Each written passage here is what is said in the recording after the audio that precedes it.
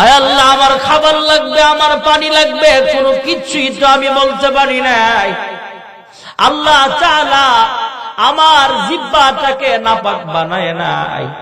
আমার আল্লাহ মায়ের নারের সাথে আমার নবীর কালেকশন করে দিয়া, মায়ের মাসিক ঋতুস্রাব বন্ধ করে দিয়া, নারের সাথে নারের কালেকশন দিয়া মা যা খায় সব পুষ্টিগুলা আমার দেহে ঢুকায়া আমার পুষ্টিগত সব ব্যবস্থা করে দিয়েছেন। ক্ষুধাও নিবারণ করেছেন, পানির পিপাসাও নিবারণ করেছেন। জোরে বলেন তিনি কে?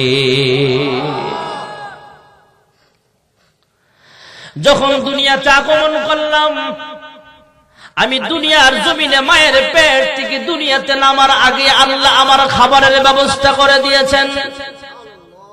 আমার তো দাঁত নেই, আমি ভাত খেতে পারবো না, আমার পেটে হজম হবে না। আমি ছোট মানুষ, নবজাতক একজন শিশু ছিলাম, বাচ্চা ছিলাম। আমার জন্য আল্লাহ মায়ের বুকে দুধের ব্যবস্থা করে দিয়েছেন, লাবানান খালিসা,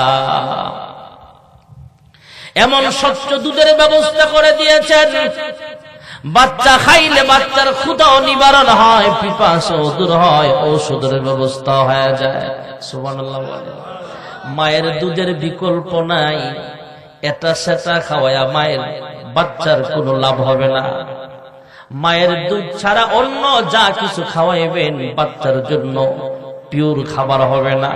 লাবানান খালিসা, মায়ের বুকের দুধ এই বাচ্চার জন্য আল্লাহ বরাদ্দ করে দিয়েছে। যুরকুন সুবহানাল্লাহ। আমি আপনি যখন মায়ের কোলে শিশু বাচ্চা, তখন আমার দাঁত আস্তে আস্তে উঠে, আস্তে আস্তে আমার নরম নবর খাবার দেয়। একটু পায়েস বানায় দেয়, একটু মিষ্টান্ন বানায় দেয়, মাঝে মাঝে ঝাল ছাড়া খিচুড়ি বানায় নরম কইরা মা বাচ্চার মুখে তুইলা দেয়। মাঝে মাঝে ক্ষীর খাওয়ায়, সুজি দিয়া চিনি দিয়া বিভিন্ন ভাবে সুন্দর কইরা বানায় বাচ্চারা খাওয়ায়। এমন আছে না নাই? এরপরে আস্তে আস্তে যখন বাচ্চার দাঁতগুলো আস্তে আস্তে উঠে, নরম কইরা দুধের সাথে ভাত, গরম ভাত নরম কইরা মাইখা তার উপরে আমারে খাওয়ায়া দেয়। আমি খাবার চাইতে পারি না, কিন্তু ক্ষুধা লাগলে কান্নাকাটি করলে মা খাওয়ায়া দেয়। আস্তে আস্তে নরম খাবার খাবার জন্য আল্লাহ দাঁতের ব্যবস্থা করে দিয়েছেন। এই দাঁতগুলো আর থাকে না, ৬-৭ বছর হলে আস্তে করে দাঁতগুলো সবগুলো একটা একটা করে পড়ে। কারণ হলো আমি ছোট ছিলাম, চকলেট খাইতাম, আইসক্রিম খাইতাম, চিপস খাইতাম। আমরা যখন ছোট ছিলাম এত রকমের মজা ছিল না, কিন্তু এখন ফলাফাইনে দোকানে এত রকমের শিশুদের জন্য মজার ব্যবস্থা আছে। ফলাফাইন শুধু মজাই খায় আর ভাত খাইতে চায় না। আছে না না? চিপস খায়, আইসক্রিম খায়, নুডলস খায়, হরেক রকমের খাবার খায়, কিন্তু দাঁতটা পরিষ্কার করার মতো শক্তি তার শরীরে নাই।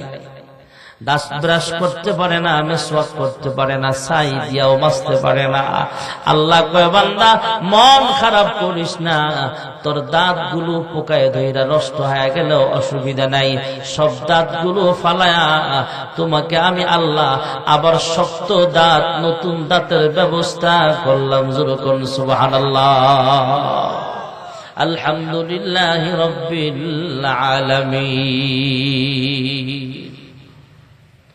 আল্লাহ হলেন রব, আমার সব কিছুর ব্যবস্থা আমার আল্লাহ করে দিয়েছেন। সারাদিন কৃষি কাজ করলাম, কৃষি কাজ করার পরে শরীরটা ব্যথা হয়ে গেছে। আল্লাহ তাআলা রাত্রে বেলা আরাম করার জন্য বানিয়েছেন। এই রাতের বেলা আমাদেরকে একটা নেয়ামত দান করেছেন, ঘুম। আমরা ৫-৬ ঘন্টা, ৮ ঘন্টা, ১০ ঘন্টা যখন ঘুমায়া যায়, ফজরের আগে ঘুম থেকে যখন উঠি তখন মনে হয় আগের দিন কোনো পরিশ্রমই করি নাই। এই ঘুমের মাধ্যমে আল্লাহ আমাদের শরীরটা আবার তাজা বানায় দেয়। যেরকম সুবহানাল্লাহ। ألم نجعل الأرض مهادا والجبال أوتادا وخلقناكم أزواجا وجعلنا نومكم سباتا আমরা রাত্রে বেলায় ঘুমাই কিন্তু আমার আল্লাহ কিন্তু ঘুমায় না সুবহানাল্লাহ কোন না হযরতে মূসা পয়গম্বর আলাইহিস সালাতু ওয়াস সালাম জিজ্ঞেস করছেন ওগো মালিক আপনি না ঘুমায়া কেমনে থাকেন গো আল্লাহ কয়েক রাত না ঘুমাইলে আমাদের কষ্ট হয়ে যায় জ্বর চলে আসছে শরীর ব্যথা হয়ে যায় আপনি না ঘুমায়া কেমনে থাকেন আল্লাহ কয় হে মূসা পয়গম্বর আমি ঘুমাই না আমি আল্লাহ ঘুমের মুখাপেক্ষী না লা তাখুযুহু সিনাতুন ওয়ালা নাওম আমি আল্লাহ ঘুমাই না আমি আল্লাহ তন্দ্রাও যাই না ঝিমায়ও না আমরা তো ফজরের নামাজের সময় অনেকে ঘুমায় ইমাম সাহেব নামাজ পড়ায় লম্বা সূরা রইছে পিছনে মুসল্লিরা দাঁড়ায় দাঁড়ায় আছে না নাই বিশেষ করে আমরা যখন ছোট ছিলাম ছাত্র ছিলাম তখনকার কথা মনে আছে আমার নিজের কথা বলি ছাত্রদের কথাও আছে এমন ছোট ছিলাম ফজরের আগে ঘুম থেকে উঠায়া ওযু কইরা মসজিদে নিয়ে গেছে ওস্তাদেরা ডাক দিয়ে উঠায়া দিছে মসজিদে গেছি প্রথম রাকাতের সিজদায় গেছি আর উঠি নাই নামাজ শেষ সূরা ইয়াসিন সূরার আমল করাও শেষ সব ছাত্ররা মাদ্রাসায় চলে গেছে এরপরে আরেকজন ছাত্র আমার ধাক্কায়া সিজদা থেকে উঠাইছে সুবহানাল্লাহ আমরা তো নামাজের ভিতরে ঘুমাই আল্লাহ তাআলার ঘুম একটা নিয়ামত দিয়েছেন আমাদেরকে আল্লাহ কয় হে মূসা আমি আল্লাহ ঘুমাই না আমার বান্দার 24 ঘন্টা পাহারাদারি করি সুবহানাল্লাহ আমার বান্দা ঘুমাবে ফজরের ওয়াক্তে আমি আল্লাহর কুদরতি পায়ে সিজদা দিবে আমি আল্লাহ ঘুমাই না তার কারণ হলো আমার বান্দা যদি ঘুমায় ঘুমের ভিতরে সাপ বিচ্ছু নাকের ছিদ্র দিয়া ঢুকতে পারে বিষাক্ত পিঁপড়া কানের ছিদ্র দিয়া ঢুইকা আমার বান্দা বান্দির ঘুমের ব্যাঘাত ঘটাইতে পারে আমার বান্দার পাহারা দেই আমি আল্লাহ ঘুমাই না আমার বান্দা বান্দির আরামের ঘুম পাড়ায়া দেই যখন সুবহানাল্লাহ আয় আল্লাহ আপনি ঘুমান না কেন ঘুমাইলে কি অসুবিধা আল্লাহ কয় হে মূসা আমি ঘুমাইলে সব ধ্বংস হয়ে যাবে কেমনে ধ্বংস হবে প্র্যাকটিক্যাল যদি একটু আমারে দেখায় দিতেন ভালো হয় আল্লাহ ডাক দিয়া কয় হে মূসা পয়গম্বর তুমি একটা পানি ভর্তি কাঁচের গ্লাস নিয়ে দাঁড়াও মূসা পয়গম্বর পানি ভর্তি কাঁচের গ্লাস নিয়ে দাঁড়ায় গেলেন আল্লাহ তাআলা একটু ঘুম ঢাইলা দিলেন ঘুম আসলে দাঁড়ায় দাঁড়ায় যদি কেউ গ্লাস নিয়ে ঘুমায় গেলে হাতের গ্লাস হাতে থাকবো নাকি ভাঙবো নিচে পইরা ভেঙে গেলে আল্লাহ ডাক দিয়া কয় হে মূসা পয়গম্বর গ্লাস কই আয় আল্লাহ ঘুম আসার কারণে ধরে রাখতে পারি নাই ফসকে পইরা টুকটা টুকটা হয়ে গেছে ভেঙে চুরমার হয়ে গেছে আমার আল্লাহ কুদরতি আওয়াজ দিয়া কয় মূসা আমি আল্লাহ যদি ঘুমায় যাই এমনই ধ্বংস হবে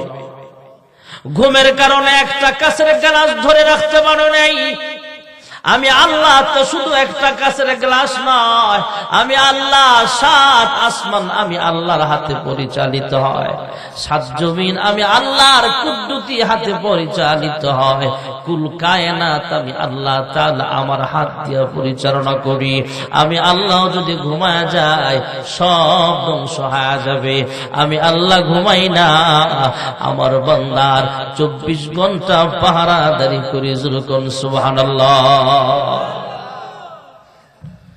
হে মূসা পয়গম্বর গভীর রজনীতে চেয়ারম্যানের দরওয়াজা বন্ধ হয়ে যায় সংসদ ভবনের দরওয়াজাও বন্ধ হয়ে যায় উপদেষ্টা মণ্ডলীর দরওয়াজাও বন্ধ হয়ে যায় ইমাম সাহেবের দরওয়াজা বন্ধ মসজিদের দরওয়াজাও বন্ধ হয়ে যায় মাদ্রাসার দরওয়াজাও বন্ধ স্কুল কলেজের দরওয়াজা বন্ধ প্রত্যেকটা মানুষ দরজা লাগায়া ঘুমায় আমি আল্লাহ যদি আমার দরজা লাগায়া ঘুমায় যায় গভীর রাতে আমার কোন বান্দা বান্দি যদি বিপদে পড়ে আমি আল্লাহকে ডাক দেয়, আমি আল্লাহ যদি ঘুমা যায়, আমার বান্দাকে বিপদ থেকে উদ্ধার করবে কে?